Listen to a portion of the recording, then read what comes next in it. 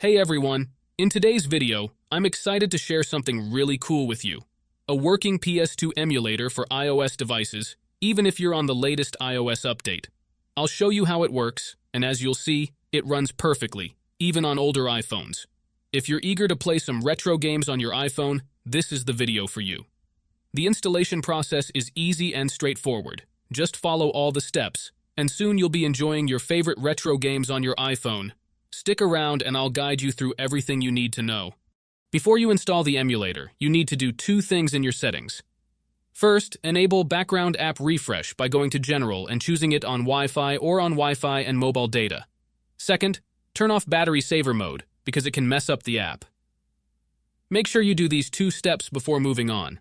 Now you are all set to install the emulator. What you need to do next is open up your internet browser, in my case it will be Safari, and go to the website called lucidapk.com. Lucidapk.com is a website where you can find many modded apps and games with amazing features. Once you are on the website, search for PS2 Emulator and click on it. Here you will see some information about the app. To start the download, click on the blue download button and wait some time for the installation to finish. However, there is one more step that you need to complete before you can finish the installation. This step may vary depending on your device model and operating system, and usually involves some pretty simple steps. Don't worry, this step is very easy and quick, and there will be a video tutorial on how to complete it.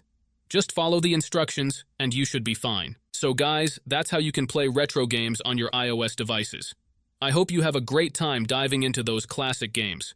If you enjoyed this video, make sure to leave a like, comment, and subscribe to my channel. Thanks for watching, and see you next time.